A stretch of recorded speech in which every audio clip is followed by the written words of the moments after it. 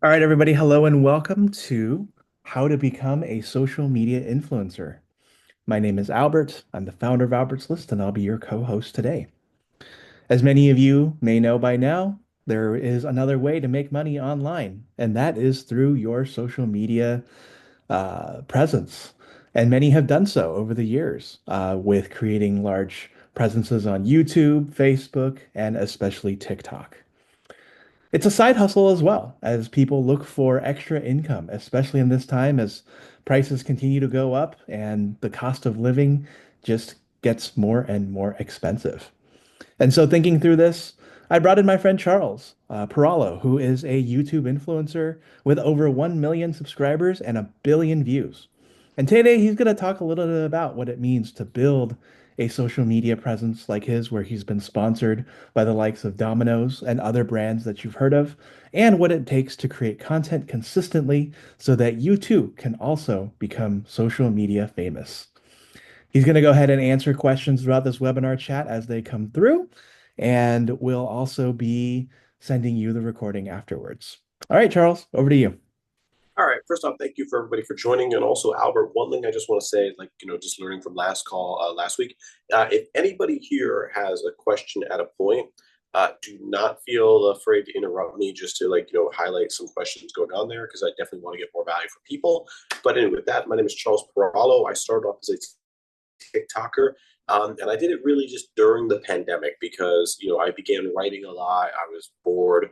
For a little bit of my background, I had always worked in social media, managing content for other people who were content creators, and then also, working on startups. But then, during the pandemic, I had a startup that I was working on fail due to like some legal reasons that were partially pandemic related. I was also working with a presidential campaign that again failed because, there were some things going on with COVID. And what happened like from that point on was I was staying in upstate New York as a what I'll call a biking bum, just going out biking every single day. And I was writing in my free time on economics and business and a little bit of the pop culture stuff. And then randomly, I just had this idea to, randomly, I just had this idea to do TikTok videos, and it started off as a bit of a tough thing, as a bit of a stress, and but then after a few months, it actually got consistent views where I was averaging 1.5 million views per day. And eventually just started making money off of it, moved to YouTube and Snapchat as well, and have kind of formed this into just a business of my own that I do full time and make enough money I can live pretty well. So the point of this conversation is how to do this, like from this video, and then also the course we're working on, how to do this from the point of going from trying to just have something that could be a hobby that you can enjoy and learn from, and then making it something that could be some side income where maybe this is just an extra few $100s a month doing something you enjoy, and then maybe it's going full time forming a business and making a lot of money. So let's begin with how to go viral and keep clothes on, because well, that's another way to make a lot of money on social media, but we're not teaching that. So first of all, I just want to go to like the importance of going viral in general, because right now there is one way to get definite views, and that's advertisement. And this works on the side from both being a content creator and also being a brand. And if you want to form a business, you have a chance to reach people with Facebook ads. But the problem with ads is they're very expensive and they don't really, in my opinion, work that well. Obviously, there's some people, they kind of put themselves as the ad gurus out there. But the issue is there is more interaction with people from creating viral content that will be seen by millions of eyes that does promote something.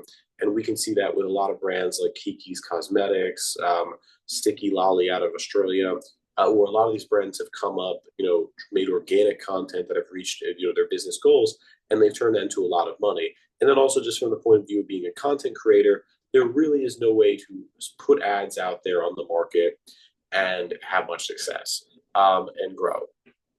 And there's also just another point I want to bring up to this. Ads are boring for a lot of people. Once again, they just don't really grow that well. This is more, for the conversation of people who might have a small business that they want to do to push social media. But there's just this constant conversation of, oh, I could buy a bunch of Facebook ads. Facebook ads are almost like scratch off tickets at the end of the day. Like, some people really have a formula that works, but it's not always the best case. So, I kind of always look at the example of the ShamWow guy as an example of somebody who was early viral.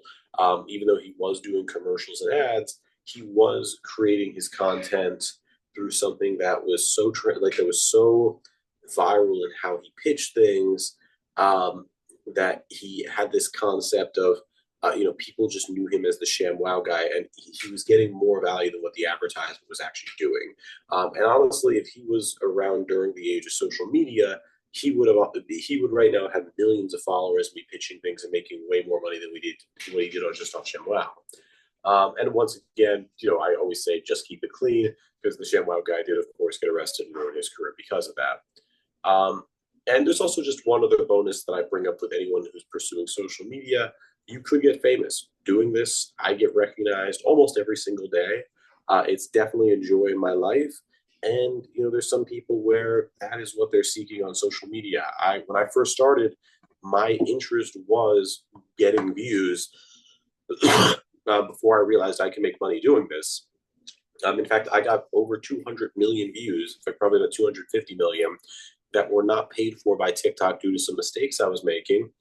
And those views, like it didn't even really matter to me, even though I missed out on, tens of thousands, if not more dollars, because it was just the idea of building this fame and building the reputation, which could equate to other brands and other products. And once again, keep it clean, because I have to use any chance I can get to make a Lindsay Lohan joke, I'll do it. So at this part, I just want to go into what doesn't work on social media. What are the things that are really not going to take someone viral? So we can start off by what will actually take someone viral.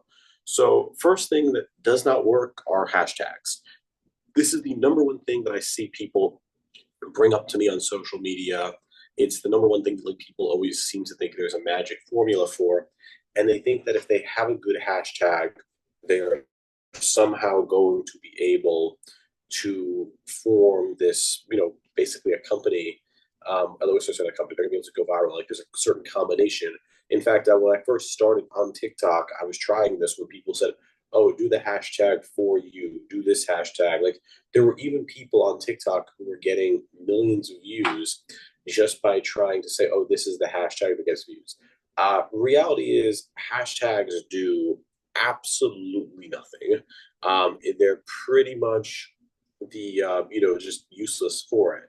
There's only one thing I would really recommend hashtags for, and I fall into this as well. One example is the Ezra Miller case. The other example is the Olsen twins. It's very common for me to cover a news story on TikTok, and put the hashtag in of, of the person or story I'm covering, and I'll be in like the most viewed for that hashtag. That's just something kind of cool. That's a novelty. So I do recommend using hashtags just from the point of view of it keeps kind of like a memento. It's a little bit of a symbol on the brand, but it really doesn't add up to much, honestly. Like in terms of improving virality. But this is something that almost every marketing agency, almost every company, they seem to think really matters, and it doesn't. So another thing also I always recommend people avoid doing are the gimmicks. And I wrote right there Sean and Joe. And those are two friends of mine from my hometown in the Catskills who wanted to make some sort of, comedy TikTok page. And they did a video which got a couple thousand likes, which really is not that much at the end of the day. And they were saying if the video broke 300 likes, Sean would shave his head. Um, that was ridiculous. First off, 300 likes as a goal is pretty bad. And then also just the idea of, you're shaving the head. Like, okay, let's just say that did go pretty viral. Like that does improve.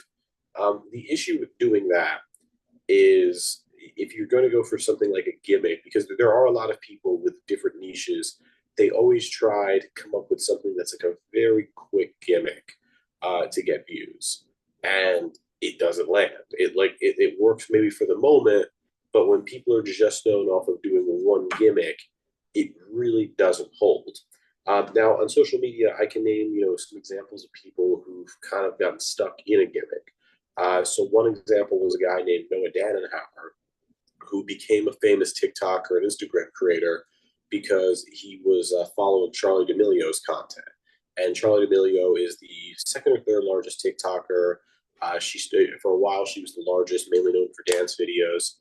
And the thing about Charlie was she had a deal with Dunkin' Donuts to do Charlie D'Amelio Dunkin' drinks, which, if you ask me, that's a little bit stupid, but I'll digress. And what happened was with this guy Noah, he began doing videos where every single day he would pour a Charlie D'Amelio coffee from Starbucks on himself, and like it would always increase by one every day until she noticed him, and it actually got millions of views. It got him over 1 million followers on TikTok. But then there finally came to be a day, like about a year in, Charlie actually did like one of the posts, and she just thought it was funny. So he does that, and then like people after that, there really wasn't a point of continuing the gimmick. And in the case of Noah Dannenhauer, he he had to find the new gimmick, and he originally was trying to do this thing where uh, it was going to Starbucks and pouring Starbucks coffee on himself every day until someone noticed him. That didn't do well. Nobody watched it. It was kind of weak, honestly. Um, there was also another one where he was trying to get punched every day in the face.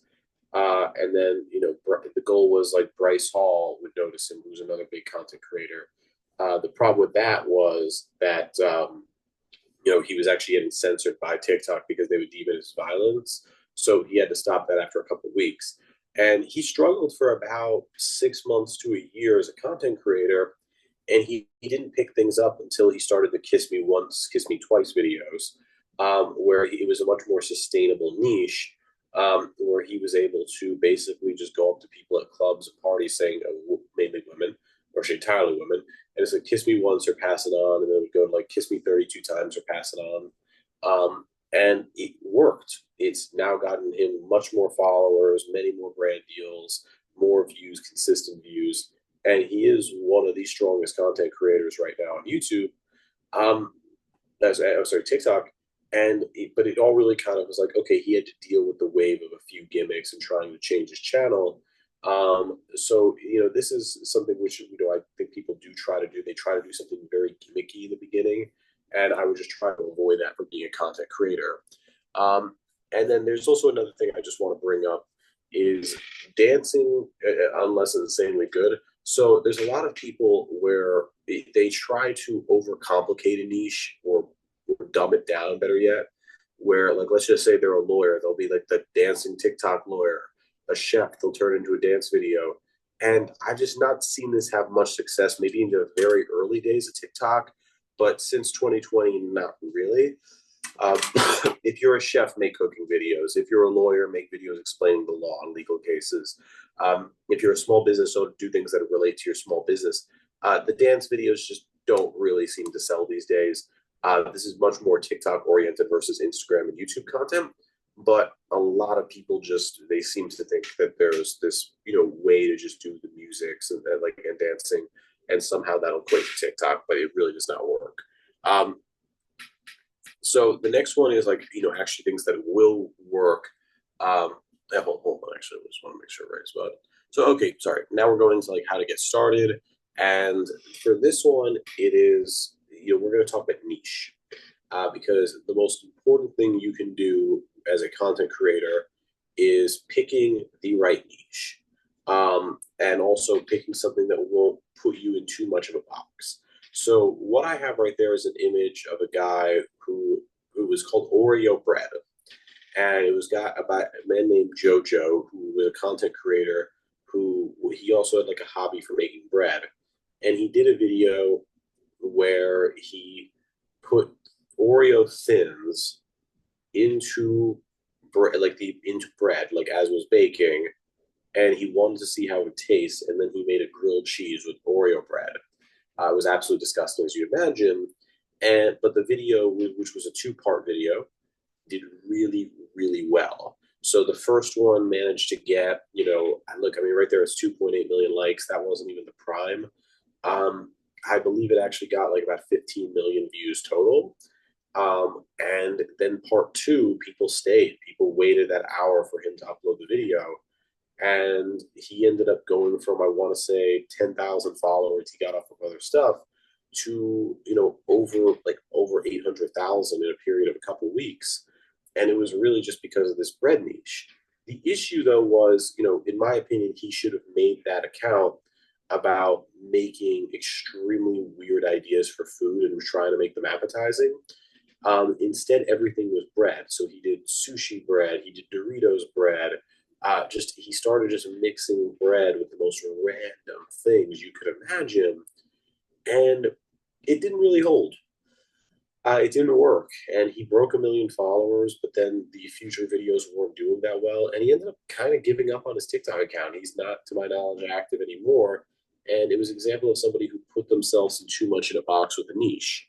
Um, so here's another example of a food YouTuber. I do love my food YouTubers. And this is somebody who made something work. So this is Adam Ragusia.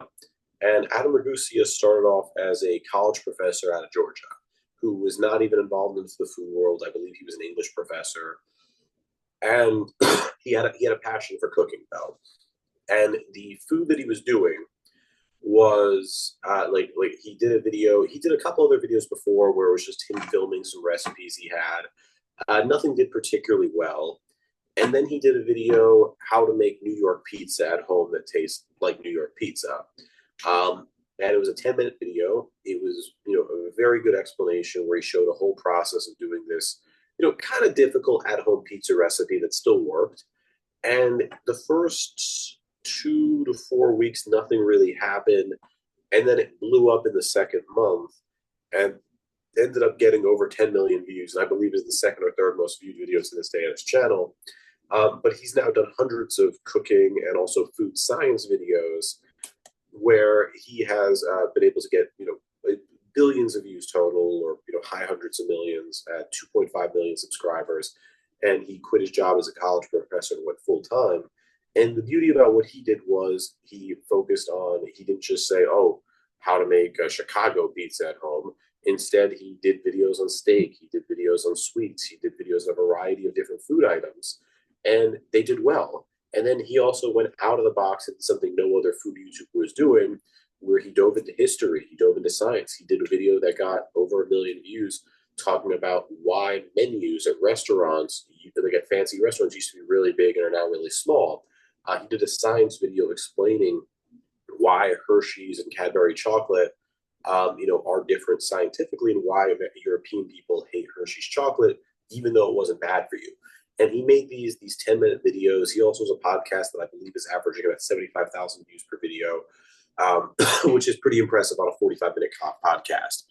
And he's somebody who truly went full time from it, and he was able to find something. He turned something that could have been a one-hit wonder into a brand.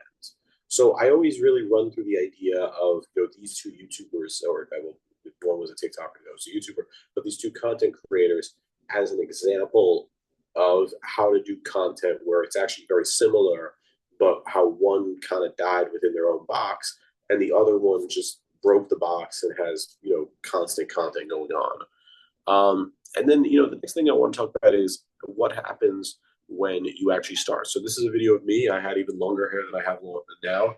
This was my first TikTok video, and it was talking about my opinions on Tesla stock. And that video ended up getting a little bit under 2,000 views. I thought that was great at the time. Reality is it's not that good. It's 51 likes, 11 comments, 4 shares.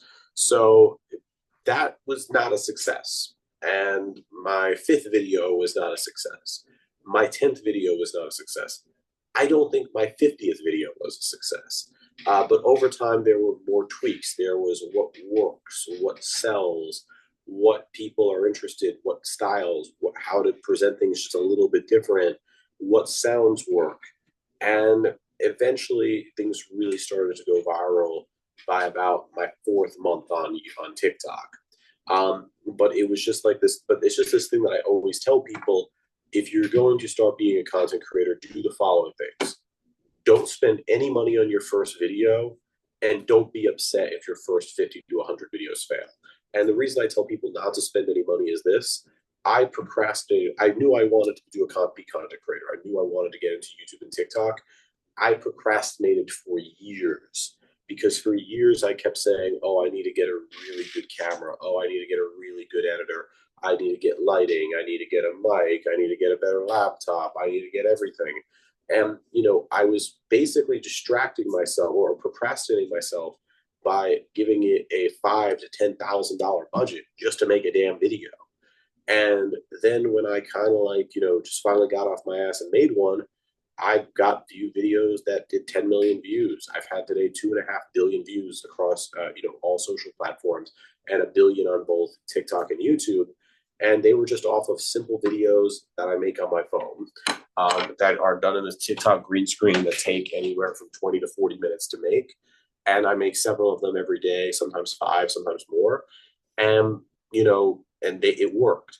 So my attitude is people should, when they're starting out, have this be the budget for their videos. 0. Use your phone. If you do have a good camera already, use it. I don't think it's needed, but use your phone and just start making the simplest content you can, and then put it out and just learn gradually over time. And then let's see.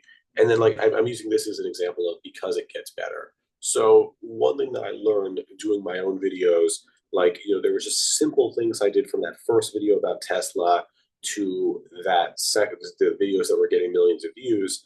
And this one right here has, I want to say 8 million on YouTube, and I know it has a couple million on Twitter, TikTok. So this is just an example. So if you look at this first video right here, my face was in the wrong position. I'm not mounting the phone I'm holding in my hand. Nothing is clear. The font is wrong. It doesn't look right. And also, for the record, people like hearing names of individuals versus companies. So in this comparison of this video, I am not center stage. The person I'm talking about is the caption is much clearer. There's just a lot of it doesn't look that much different, but there are a lot of different slightly little things that actually make these videos, one get 1,000 views or 2,000 views, and the other one ends up breaking 10 million views on social media. And the reason is just that it's the little things that count. So once again, don't put any money into this. Expect your videos to fail at first. And, and then basically just run with this idea of just keep on posting until it works. And also, my attitude is view this as a part-time thing. If you want to quit your job and pursue social media full-time, do not do it, because it's something that takes a while. But I would say put 2 hours a day into it, and things will get better. Now, also, there's one other thing I always recommend. This is something that's a little bit of a funny moment for me. One of my earlier videos on TikTok that did well was talking about the finances of Bernard Arnault. He is the founder of the Louis Vuitton company. I did a video where, for whatever reason, I called it Louis Vuitton the whole time. And it was a very, very silly mistake. And it got millions of views. And there were so many people making fun of me for it. But there's kind of an important lesson to this. And that's that you will make mistakes making videos. Regardless of what you do, you will get something wrong. And as long as it's not factually, incorrect information that's going to hurt somebody's life, keep it up. If you mispronounce a name, keep it up. If you realize that your shirt has a stain, keep it up. If you realize you might have misspelled something, keep it up. It just is something that's going to happen. I still do it to this day. I average over 1 million views every day, and I would say I have a misspelling or mistake in one of my videos every 3 days. It just happens.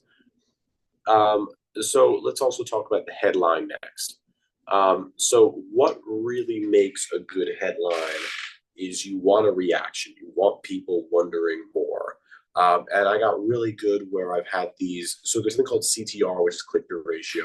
And that's the people who on YouTube Shorts make it to the first 5 seconds. And that's a very important number. I went to VidCon and I was talking to other content creators. And I showed them videos I had with millions of views that had 99% CTRs. And people were taking pictures of my phone to see that number. and they're like, "Yep, this is what we're going to try for." And the reason is just because like the CTRs are what ultimately leads to virality. So let's just take this one for example: Peter Dinklage dash bashes Disney, and this one had over 3 million views on TikTok, 9 million on YouTube, and what really made this, stick out was I noticed. First off, I noticed there was a big thing where people didn't like Disney. Personally, I own Disney stock. I watch Disney movies. I like Disney as a brand, but I knew there were some people who didn't like them. So just even though the video actually, I mentioned more pro Disney stuff, I knew just having Disney in a negative light would lead to more clicks. The second was figuring out which celebrity I was going to go with for that video, which was Peter Dinklage, because this was actually talking about a case involving Rachel Zegler, the new Snow White movie, Peter Dinklage, and I opted for Dinklage because he was the biggest star there. Um, and what happened was I just noticed people like the word batch, they like the word trash, they like the word slam. It's a little bit aggressive, it's a little bit clickbaity, but it worked. And the more you become a content creator, the more videos you do, you'll notice these words your audience seems to resonate with, and it just sells. It works. It's very strange why, but it just happens. Um, but also there's a dark side to this. So that guy, Mike Mezzarone, him and I used to do some work together. We're still friends. But Mike had a website with some other people called alternativenation.net, which was a music website, and they had the worst clickbait of all time. So this was Taylor Momsen photos leak after sad illness. She wasn't sick. I think she might have had the cold or something, not even COVID, but that was the title they ran. They will do things about Gene Simmons' daughter wearing a mini skirt. They would do titles. The worst one ever was it was about Ozzy Osbourne. Like it was titled Ozzy Osbourne bandmate upset about startling cancer diagnosis, and it wasn't about Ozzy Osbourne having cancer or anyone in the band that band having cancer. It was Ozzy Osbourne's bandmate making a tweet upset that his friend from college had cancer or died of cancer. So it was a completely random person that had no relation to the band. There was no reason to mention Ozzy Osbourne, and it was going too far. And then also at the same time, there was another title that it was so bad it was crazy. Um, Michael Jackson YouTube cover up revealed, which Michael Jackson's history, you would think that like it's going to be like, oh, YouTube was involved in it. Reality was that it was just that Michael Jackson had a resurge during the year YouTube was number one every week, and there was one week that Michael Jackson was number one on the charts over U2, and they called that a cover for some reason. And it gets clicks, and that website was actually making a lot of money. I think over 500,000 a year at one point. But they went too far. They lost their status with Google News. They lost a lot of ad deals, so it didn't last for long. So one thing I would just keep up is, with the idea of doing titles, I think there is this element of clickbait. I think there is some clickbait that works and doesn't, but have at least the muscle to match your title. So there is a lesson to that overall. And this is this is also, I think, one video I really loved because even though I'm mainly known for entertainment, even though I'm mainly known for entertainment news and celebrity news, I do like to cover world news when it's relevant. But I knew with my audience, I couldn't just cover something like Russia and Ukraine the normal way because that's politicians, that's geopolitics, that's war, and that's a lot of things I didn't think my audience would be particularly interested in. But what I did know was I knew this beforehand. There was a story about Vladimir Putin stealing a Super Bowl ring, which was a case in the 2000s. Robert Kraft, the owner of the New England Patriots, came to Russia and he showed Vladimir his ring. And Vladimir literally just put it on, walked away with it, and just kept it for himself. And we didn't even know that happened until about 8 years later, when Russia-U.S. relations got worse. And I heard the story years ago. Once Russia invaded Ukraine, like about 3 days later, I made that into a video, and that video got millions of views literally on every single social network, Facebook, Instagram, YouTube. Collectively, it probably got about 20 million views. And it definitely is a case to show timing can help. It's not always needed. You can do these, stories that were from years ago. But there is sometimes time that does help with the algorithm.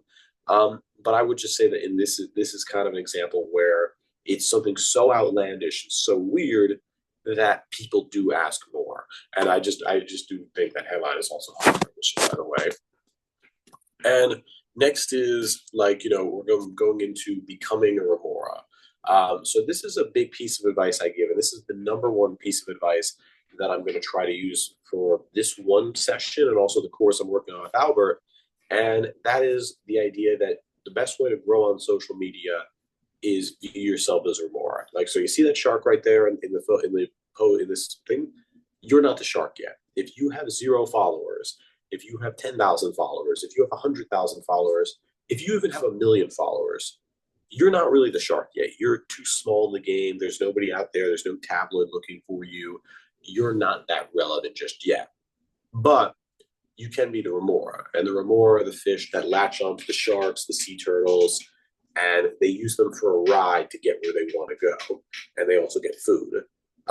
So what I mean by that is you can take your content um, and turn that into like relying on what is viral. So just a case here, Amber Heard, Johnny Depp. I got over 100 million views covering that on social media. I was probably the most viewed guy on social media covering the Depp Heard trial. And that was 100% riding on something that was big for a period of about 1 or 2 years. And it helped build my following enormously. And it was it's very sad, obviously, the case of what happened, but it was amazing to build my following off of something that was continuing to go more and more viral. So that's just one example. But where another example I'm going to give is, this guy, and this is, but like I said, I like food YouTubers. This is actually one of my favorite content creators. His name is Binging with Babish. And right there is a video of him making a cheeseburger. Normal bun, normal cheese, normal vegetables, normal meat. But that video got 25 million views because he didn't say how to make a cheeseburger. It was called How to Make a Krabby Patty. And Binging with Babish, he began doing a series of videos where he would take food from movies and shows and video games and cartoons and make it into real life. And those videos have gotten him billions of views. He has over 10 million subscribers just on YouTube alone. And it's become a brand worth millions of dollars. Like, this man is a millionaire right now because of basically just finding the hack to food videos, where if you make a video about, like if you call it how to make a cheeseburger, it doesn't work. But if you call it how to make a Krabby Patty, it works. Also, another example was Stranger Things. The new season of Stranger Things was about to come out. He was thinking about how to get on it. There wasn't a lot of food in Stranger Things. He noticed an episode where they eat KFC. So he literally just makes homemade Kentucky Fried Chicken, and he does it from Stranger Things. Once again, millions of views. So this is really the remorse strategy in action, and it could equate to anything. If you are a lawyer, look through the list of the most popular legal cases going on in the world or in history, and you can 100% go viral on that. If you are a chef, you can find, what's going on in pop culture and make food inspired off of it and go viral. If you're somebody who does something like makeup or clothing, if you do makeup, you could literally just do the Met Gala and say, okay, how does Kylie Jenner get her face to look like that? Here's an example, and you just kind of just do a comparison of different products. The more you think of yourself as the remora, the more views you will get. And then eventually you'll become the shark, hopefully, or you'll just be a very happy remora. So the next thing I'm going to bring up is schedule. So this man right here, Gary Vaynerchuk, I'm not the biggest fan of personally because he pushes a lot of the NFT and crypto stuff. Personally, I'm kind of against that. Albert might have a little disagreement on the crypto side, but different views. But for Gary Vaynerchuk, he is good at social media, and he is good at going viral for the most part. And he offered one piece of advice when I first really started on TikTok, where he was saying post 4 times a day. And basically, I made that my motto. Every night for a period of 2 years, I would I would sit by the bar in my house, mount my phone, and I would spend 2 hours every night making 4 videos. They took about a half an hour each, and I would schedule them at 9 a.m., 11 a.m., 1 p.m., 3 p.m.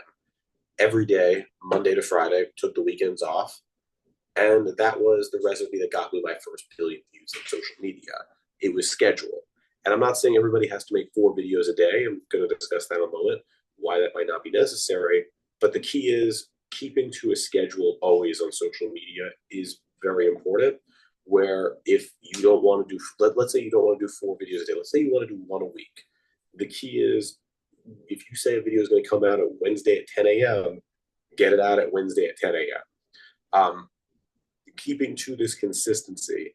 And also, in my opinion, because I do think, especially with TikTok, you don't need the highest quality content to get going. My personal recommendation is to try on quantity versus quality at this point, especially as a beginner. But so 4 posts a day might be necessary, but view it as how do you spend 30 minutes on a post and continue to roll out content. But then there's also a flip side to this as well, where you could be a quality creator versus a quantity creator. And this is a brownie. It was made by a man named Alvin Zhao. And Alvin is an amazing YouTuber, another food guy. Alvin is an amazing YouTuber who does quality videos where he styles them off of Hayao Miyazaki movies, Studio Ghibli films, and he makes these like artistic 10-minute cooking videos, the 100-hour brownie, the 100-hour cookies, 150-hour lasagna, and they're just kind of these relaxing things you can watch them 5 times over. Each one of his videos has millions of views, and also he has more subscribers on YouTube than I do, even though he only has about, I want to say, 15 to 20 videos up. He has 1.5 million, I believe, right now. Could be higher, could be a little lower, but it's in that range. Versus me with a million. And it's because his stuff just is higher quality, even though I have 2,500 videos and I probably have about 20 times the total views that he has on YouTube. People just resonate with more, and it does get more subscribers, more sponsorships, and it does work. So there is this whole idea of being a quality creator on YouTube. But there is also another trick to Alvin, and that's that he was one of the lead chefs for BuzzFeed Tasty for years. He actually works with Binging with Babish. He's worked with a variety of other food channels. So he came into YouTube with a lot of experience. So I would recommend keeping that in mind. And that's why I would lean on starting off with simpler videos every day versus going for something ultra high quality, unless you just have the experience or you have a content idea that just warrants that. Next part is study your audience. And, like this is just a very basic thing. It's what gets views and what are those little things.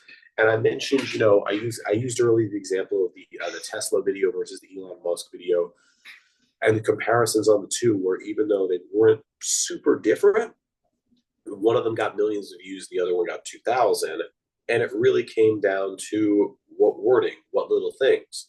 But I would recommend for being a content creator, it's to always look at what sells and doesn't, and kind of drop what doesn't sell. So being in the celebrity entertainment news world, I can definitely say what celebrities work, which ones don't. I tell people all the time, Kanye West is not a huge sell. I tell people Taylor Swift with my audience isn't a huge sell. But I tell people like I'll bring up these random sitcom actors from the '90s and get millions of views. It's a very weird thing with my audience. But I also, it's just always like, what titles work.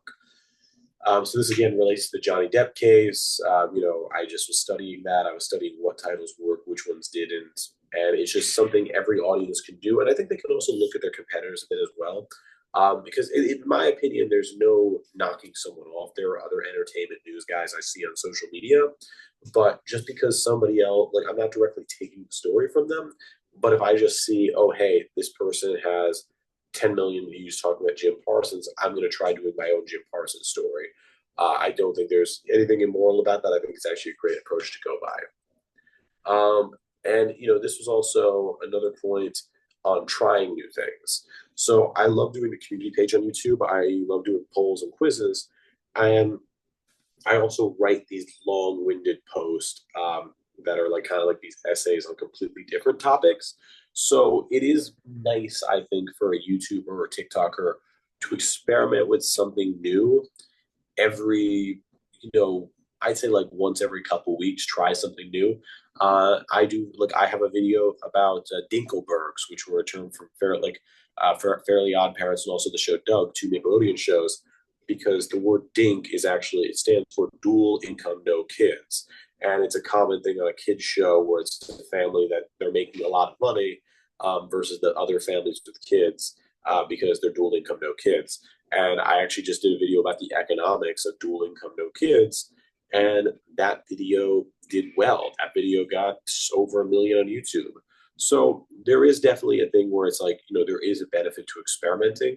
And the other thing is, if it does work, it could be something that builds you a completely different audience. Um, and let's see. Oh, this is also just something I'm a little bit different. This is not the best example. I use the YouTube community page actively to ask people questions. And it's built an audience where we've had over 1 billion votes on polls and quizzes. But when it comes to that, I do think people should use the community page on YouTube, even if they don't want to do the type of quizzes and comments like polls I do, just to do some polls to ask people what do they want to see for future videos. I do think it's actually beneficial to have the community. And people are not always right. There were a lot of people who told me for longer form content to do videos on P. Diddy because that was circulating. And I knew nothing about P. Diddy. There were other YouTubers doing a lot of content on it that was much better than mine. And I also just never really felt people were super interested. I think it was kind of a niche that were hyper interested, but they already knew more than what I could provide. And the videos I did not do super well. It was a bad investment. So it's kind of running a balance where you want to figure out what people like by asking questions. But in that case situation, I'd recommend asking more about the quality side. But then also, you take it with a grain of salt occasionally, especially on the topics. So just something to keep in mind. And let's see, some things to never do. Care about the comments. So I get told sometimes I look terrible, sometimes I look great. I get told I'm an idiot. I get told I'm a genius. I all the same threads, all the same days. Never get worried about a comment. View it like this: if there's 1,000 comments and there's a couple hundred negative ones, look at the 100,000 views, the 20,000 likes. Look at that as the positive, and ignore the comment. Another thing I'd also never do is change niche. So this is my good friend Doug McCall's in. I was best man at his wedding. He's a great guy. And he was having a moment where, a couple of years ago, where I thought he had a very big potential to become a TikToker YouTuber in the film world. And he was doing videos about Star Wars and Marvel, like this one right here that got millions of views. And he kind of just started saying, "Oh, I don't know if I want to be a movie guy on YouTube. I don't know if I want to do that on TikTok.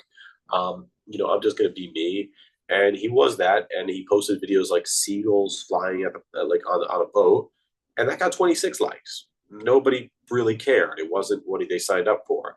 And there's also the reality that if you change your niche too much, there's going to be a problem where even if you have a good video, that initial audience isn't going to like it. So it would be better just to start a new account.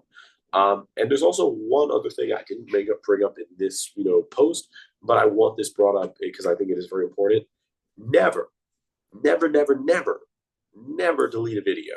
Unless you say something so heinous and wrong that you have to delete it, never delete a video. And the reason I tell people to never delete a video is because you don't know what's going to go viral down the road.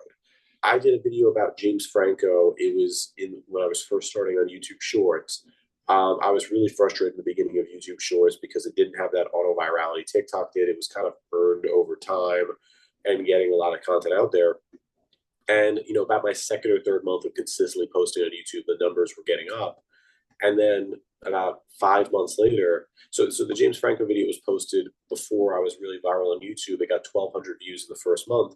and then went viral on YouTube maybe 2 3 months later, and then 3 months after that, the James Franco video picked up and got 5 million views in 30 days. So, and one thing I'll always say is a lot of my videos on YouTube, not so much TikTok, but YouTube, they'll fail and they will do better a month later, 2 months later. Uh, in fact, right now I'm trying to get into the 5 minute videos on YouTube and also TikTok. There was one video about the Sprouse twins from Sweet Life of Zach and Cody. That video has been up for over a month. Now it's really finding the moment. It has over 90,000 views now. In the last this week, it's actually picked up at 25,000, 30,000 of those views. And it's showing signs that it could actually be a viral video where it doesn't just break 100,000, but it could break 250,000, 500,000, or 1 million and get my game going for the 5 minute content.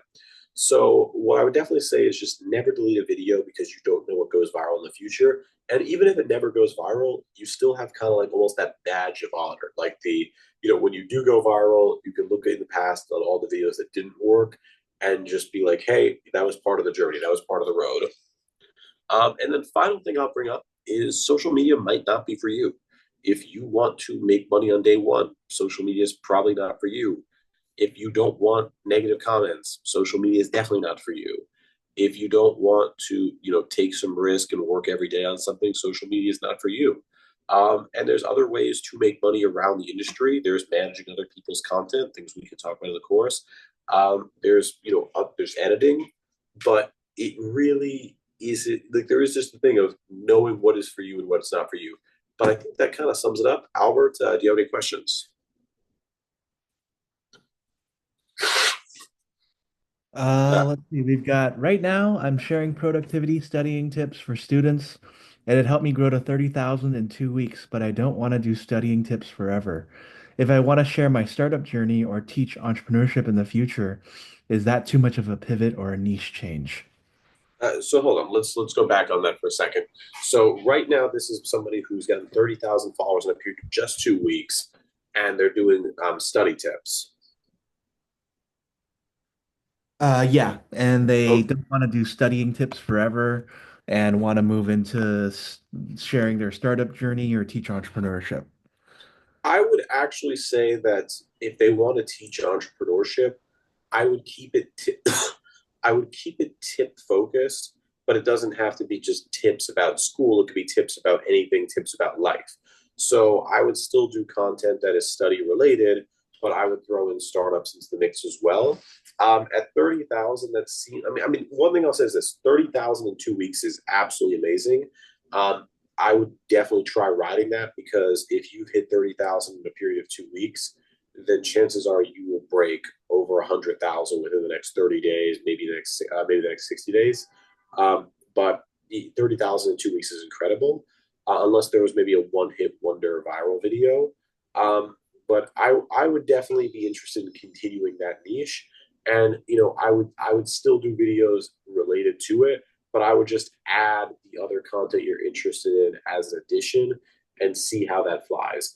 But I think when you hit 30,000 in such a short period of time, I would personally stick on that niche.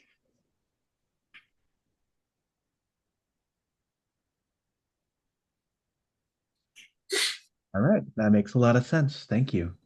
Any other questions? Oh, I see two in the Q&A. Social media is not for me. I just want to create news content. How do I connect with influencers? Well, connecting with influencers is kind of a difficult thing. And also, for the record, content creators are sort of hard to work with. But if you want to make news content, because at the end of the day, I would consider myself, news content. That's I'd say half of what I do. Um, that is social media. So if you want to make news content where you're like almost a reporter, it is social media. I think that definitely just holds there.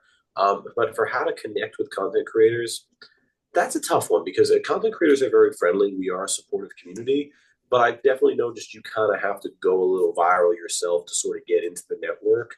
When I was trying to, and also it's very weird. Like when I was first trying to do a company called Stop Scrolling Media years ago, where we were trying to build Instagram pages, I didn't have a very good relationship with a lot of these people who build these kind of generic Instagram pages, where there's reposting videos where they get a million followers out of the blue. I didn't have the best relationship with them. But what happened was I did, the moment I became a good TikToker, a good YouTuber, it got to the point where I could call up somebody who had a 10 million subscriber page and get a return back on my call. And I built a good relationship with a lot of content creators. So to get into discussions with other content creators, you definitely have to build a big following. That or you have to work for a company that has something they want to do with. But I would definitely say if you want to do news, if you want to make videos about the news, you are a content creator. You are social media. So I mean that doesn't mean you have to get into the worst elements of social media, but you are. If you're on YouTube, that's social media. If you're on Twitter, that's social media. So I wouldn't really run from that. All right. Two questions more or less on payment. So, how are you able to monetize your content, and how much are you willing to disclose that you've gotten so far from TikTok or Instagram or both? Okay, great question. So for monetizing content, there's really three different ways to do it as a creator. There's might be some more, but there's three core ways. The first is what they pay you. So what YouTube pays, what TikTok pays. And for that, I could just disclose the numbers. On TikTok, it's about 70 cents per thousand views on videos that are over a minute long. And then on YouTube Shorts, it's about 25 cents per minute. 75 cents per thousand views. I just hope I said that correct. And YouTube Shorts is about 25 cents per thousand. And on longer form videos over 3 minutes on YouTube, it really depends on the range. If you're going like 5 minutes, that might be 250. It could be $4. If you're going 8 minutes, it could be $6. It depends on the niche. If it's finance, it could be $10.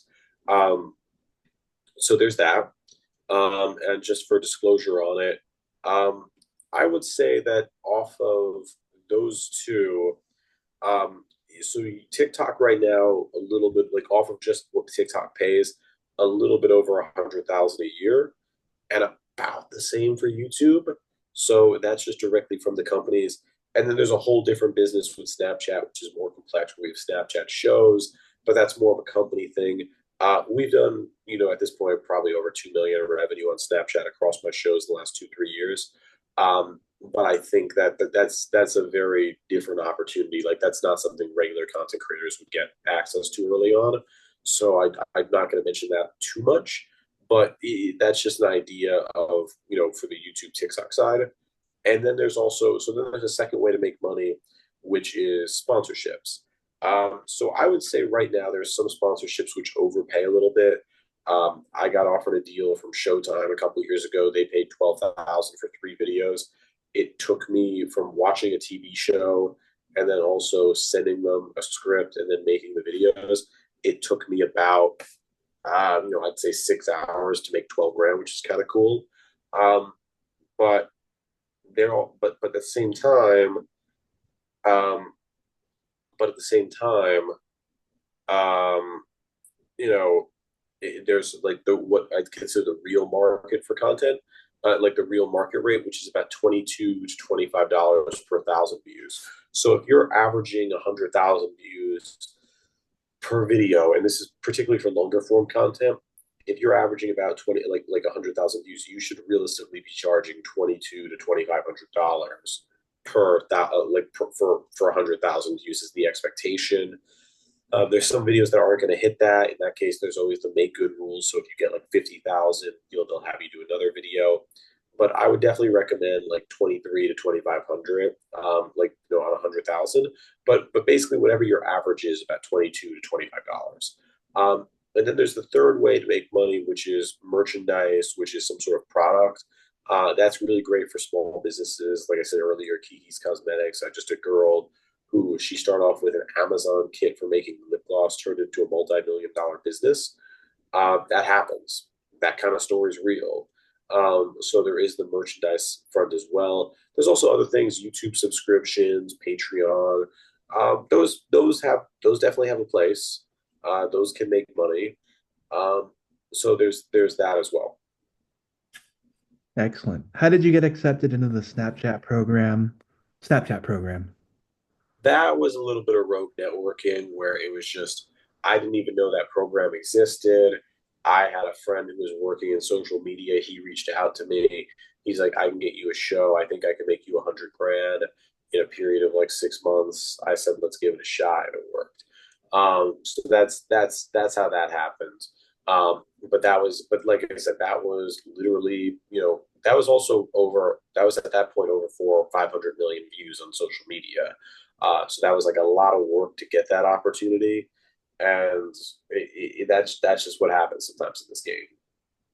Gotcha. What software do you use for editing, production, and logistics?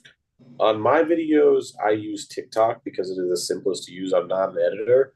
But for Snapchat and also the more complex YouTube videos I do, pretty much everybody is using Final Cut these days. I don't have a dog in the fight. I've heard, some people say DaVinci, some people say Adobe, some people say Final Cut. I believe Final Cut is the easiest for teams to use. That's why, especially with the Snapchat company I'm involved in, it has become, the biggest one. Gotcha. How do you maintain other online relationships with other content creators? We text. We see each other in person at events. I don't want to say any content creators like my best friend. I do have a lot of great friends in the industry. Like a lot, like they've been over my house. We've bonded. We really get along. But I don't want to say, like, look, I have tons of people who are, much closer in my personal life. But I would just say it's nice to have some industry friends that are doing the same thing. And we definitely, there's never this attitude of like, oh, somebody's going to steal your idea or whatever. um, in fact, I'd argue that's pretty childish after a while. The truth is, we just support each other. Like we oftentimes like if there's a problem with YouTube, a problem with TikTok, where like views aren't up, we'll be discussing and seeing if there's a bigger problem, like there's some sort of glitch, there's some sort of algorithm change. So we get very close over time. And honestly, there's really, to my knowledge, no animosity between any of us. Like, I'm sure it exists, but I've had a good relationship with everyone I've met in this industry. Uh, All right. Any other questions? I'm going to go ahead and drop our course into here. We're hoping to get that launched by next Friday, and looking for folks who want to build a social media side hustle with Charles. As you've heard, it's no doubt it's not a get rich quick, which is none of these things that we ever offer, but it is something that will work if you put your time and effort into it. So, how long did it take you to make your first few dollars? My first dollar? Yeah, your first few dollars. I actually really effed up on that. There was a rumor on TikTok that if you monetize, they'll lower your views, and there were some people telling me that. So I actually got over 250 million views on TikTok and never got paid for it, and which really sucked. And then it was like, eventually it got to the point where I needed 6 root canals. My dog just passed away, and I spent a lot of money on trying to help him out, and I just needed to make money. And then I just said, "Hey, I'm going to monetize," and it became thousands every month coming in.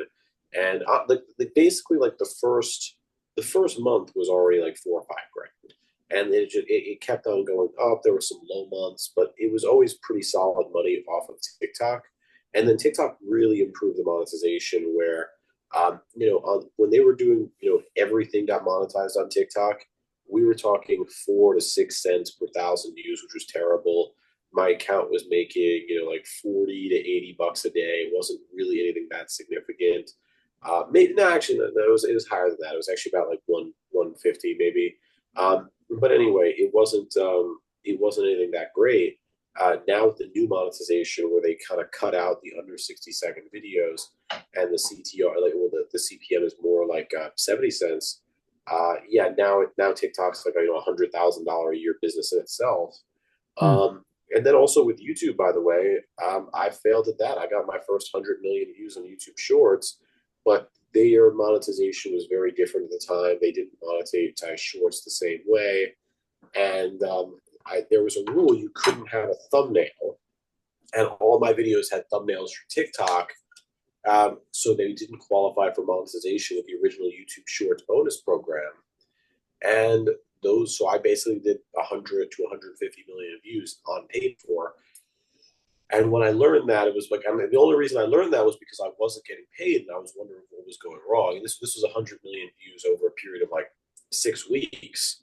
And then I fixed that up, and money started to come in. So, it was definitely like a slower game, but it didn't have to be that slow. I could have monetized on both much quicker and made more money. So I would really say when I started as a content creator, it was September of 2020. Did a handful of videos just as a hobby. I stopped doing them in October. I got restarted around Thanksgiving. And then I kind of, was getting into the groove of it all around December. And then January, I really found the momentum, and the views really came in hard in January. So I would say definitely I could have monetized and made a lot of money quicker, or at least a good amount of money quicker than I did.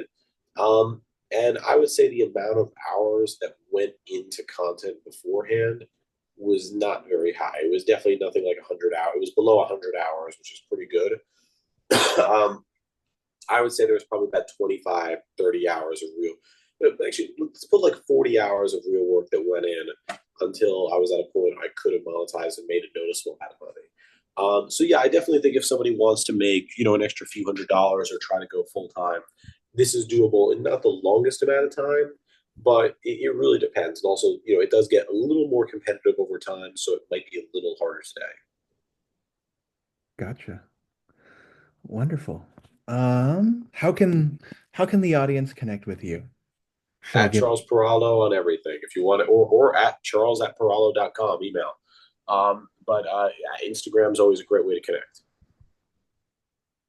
Excellent. Well, um, again, our course is here in the chat here. It's 6 weeks of Charles teaching you how to become consistent on social media and building the business that you want so you can build a side hustle. If you have any questions, reach out to him or reach out to me regarding the course, and we'll get you connected and your questions answered. We've got lots of other webinars going on here on Albert's List every single week. So join us, and we will see you again soon. Thank you all so much, and have a wonderful weekend and a wonderful Valentine's Day. Bye. Have a great day, everybody.